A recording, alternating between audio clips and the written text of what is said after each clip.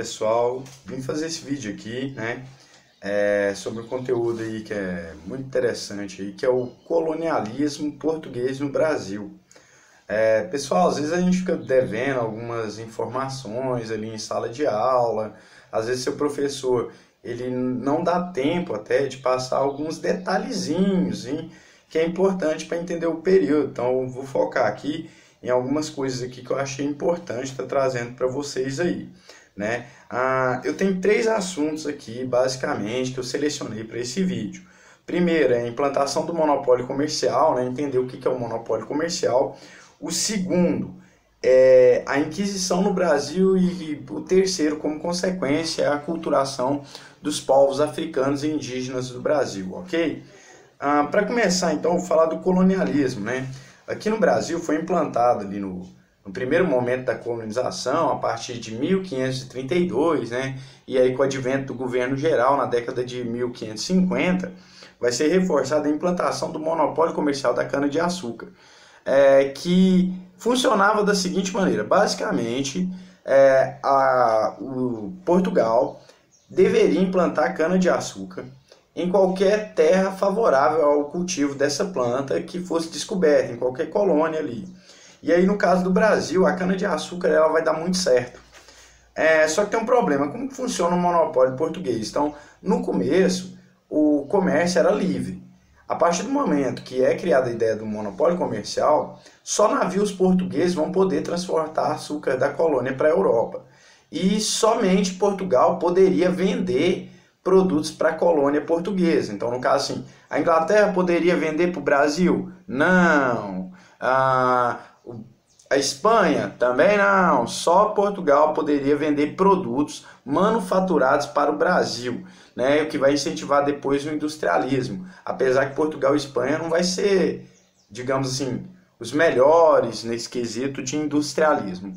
E o monopólio comercial, ele basicamente é isso, significa um monopólio.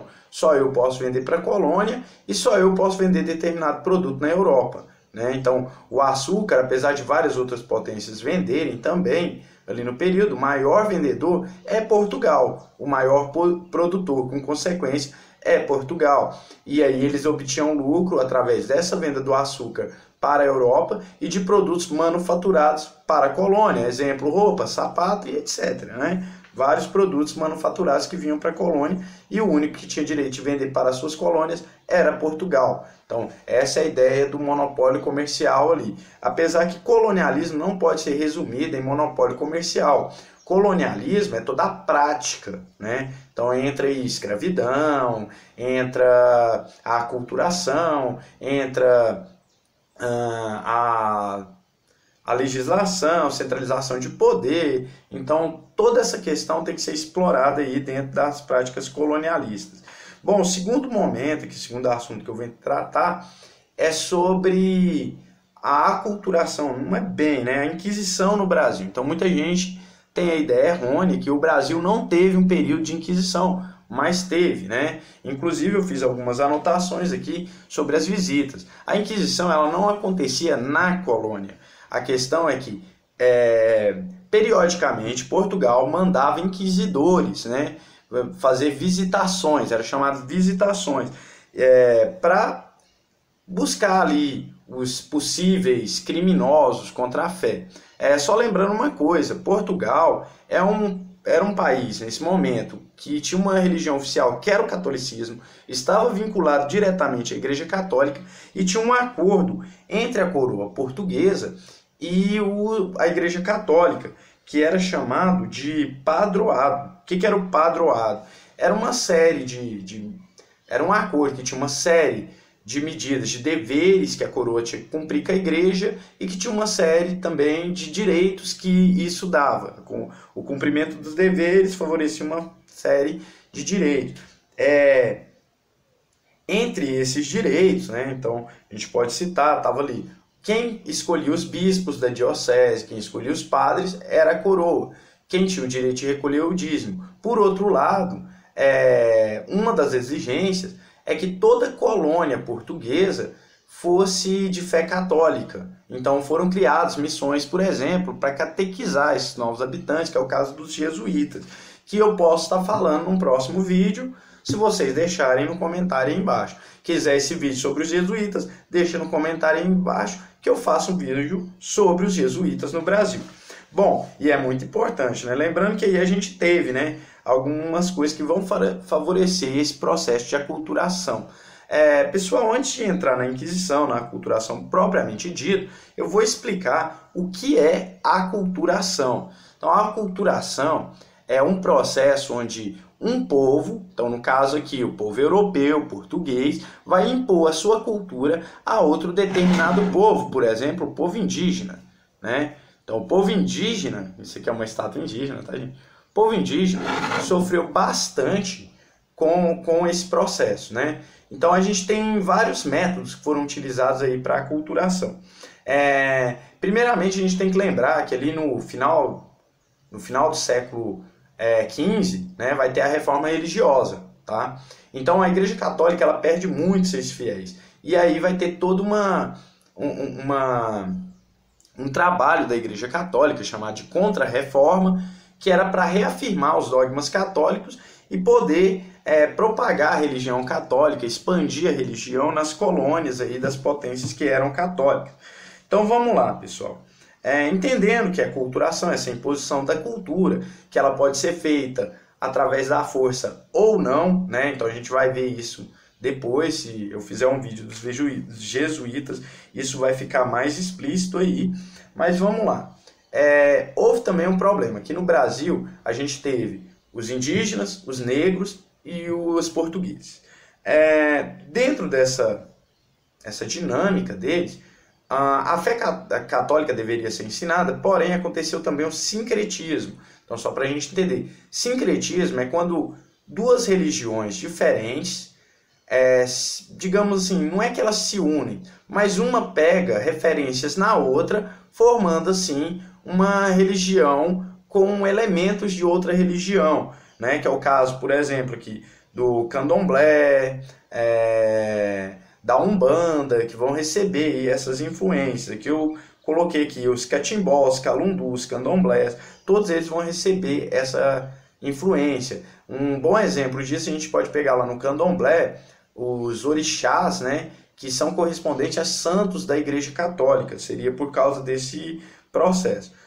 O que acontece, pessoal? Num primeiro momento, os inquisidores vão vir aqui em Pernambuco, na Bahia, né? Então, são visitações de 1591, 1618 e 1627, lá no século XVII. No sul do Brasil, a gente tem visitação em 1605 e 1627. E no Pará, em 1763 e 1769. Para que eram essas visitações? A coroa portuguesa enviava inquisidores para procurar possíveis criminosos contra a fé, né? Então, e cristãos novos. Eu vou lembrar disso aqui, eu coloquei aqui, né? E acabei aqui passando o olho e não vi, né? Os cristãos novos também. No primeiro momento, eles vão procurar aqueles acusados de práticas contra a igreja, como bruxaria, religiões que não fossem a religião católica, práticas de outras religiões, igual já citei, o candomblé, os calundus.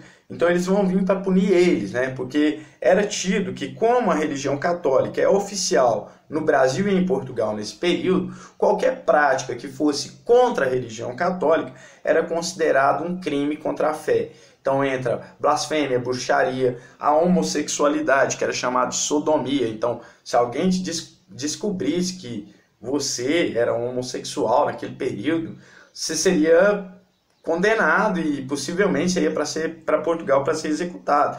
Detalhe, né? Nas visitações, os inquisidores eles vinham aqui no Brasil, pegavam a pessoa e levavam ela para ser executada em Portugal. Tá? Então aqui no Brasil dá essa impressão que não teve Inquisição, porque os tribunais da Santa Inquisição não ficavam aqui, ficavam em Portugal, mas havia os inquisidores que vinham para cá procurar essas pessoas. Bom, pessoal, e o mais interessante é como que o processo, né, como vai acontecer esse processo, vai ter aí os novos cristãos. O que são os novos cristãos, professor? Quem são esses novos cristãos? Seriam pessoas de origem judaica, mas para quem não sabe, O judaísmo, só de você ser judeu, cara. Eu nasci judeu. Só de você ser judeu, você já era um criminoso contra a igreja, né? Porque aí a gente tem uma referência lá, né? Que os judeus foram quem condenaram Cristo a ser morto. A prática judaica era considerada crime pela Igreja Católica. Então tinha muitas famílias judaicas que mudavam o nome quando vinham para a colônia para se esconder da Santa Inquisição. Vinham fugidos da Europa e chegavam aqui, mudavam o nome, né? Então a gente tem muito nome que surgiu no Brasil, foi adaptado aqui, para esconder a sua origem judaica. Bom, o que acontecia também, né? Então eu vou para o meu terceiro ponto aqui do vídeo, que é a aculturação. A aculturação, ela não se deu só através da imposição religiosa. Então, assim, casos famosos de aculturação se deram por causa da manifestação da Igreja Católica, como que eu posso explicar aqui? Em vários sentidos. Então, na educação, por exemplo, os padres jesuítas, ao contar uma história para os indígenas, eles colocavam sempre, né, a figura cristã como sendo pura e limpa, e tudo aquilo que era uma referência na cultura indígena era tido como demônio, né? Era colocado como demônio. Em um outro vídeo também, se vocês quiserem deixar nos comentários aí embaixo, eu posso estar fazendo um vídeo mostrando alguns escritos do padre Manuel de Anchieta, onde ele vai colocar, por exemplo, o Emberê, que era uma divindade tupi, como um monstro, como um demônio, como um mal, né? Então, se vocês quiserem, depois deixa o like aí, deixa o comentário, que eu faço esse vídeo falando dos jesuítas. Outra questão muito importante para o processo de aculturação foi a arte, né? O barroco. Então é muito legal a gente falar isso, porque tem muita gente que não entende a diferença do barroco para o rococó. Não é estético, gente. A diferença não é a estética da arte, mas a diferença nesse sentido é o caráter religioso. Toda a obra barroca ela foi produzida por encomenda da Igreja Católica e ela tem um cunho religioso que servia para quê, por exemplo? Para provar que as obras de Deus eram bem superiores às obras dos homens. Então, por isso que uma igreja barroca ela é toda decorada, ela é exagerada, né? A gente brinca, né? O barroco ele é exagerado, ele é dramático, né? Ele é extasiante. Quem nunca viu, dependendo da imagem barroca, e ficou extasiado pela beleza da obra? Então, o incentivo da beleza das igrejas, da obra barroca, ela vai fazer parte desse processo de aculturação. Outra questão interessante é que no Brasil, do século 17, 18, 19, você tem aí a questão da exaustiva construção de igrejas e de paróquias para legitimar um povoado. Então, o caso, inclusive, da cidade aqui que eu moro, né? Então, a igreja ela foi construída para elevar a categoria de povoado à cidade. Tamanha a importância do catolicismo no processo de colonização português. Pessoal, bom, eu vim aqui para falar basicamente desses 3 pontos, tá? Espero que vocês tenham gostado aí do vídeo. Qualquer dúvida, deixa no comentário, deixa o seu like, se inscreve no canal e valeu, gente. Valorize o professor.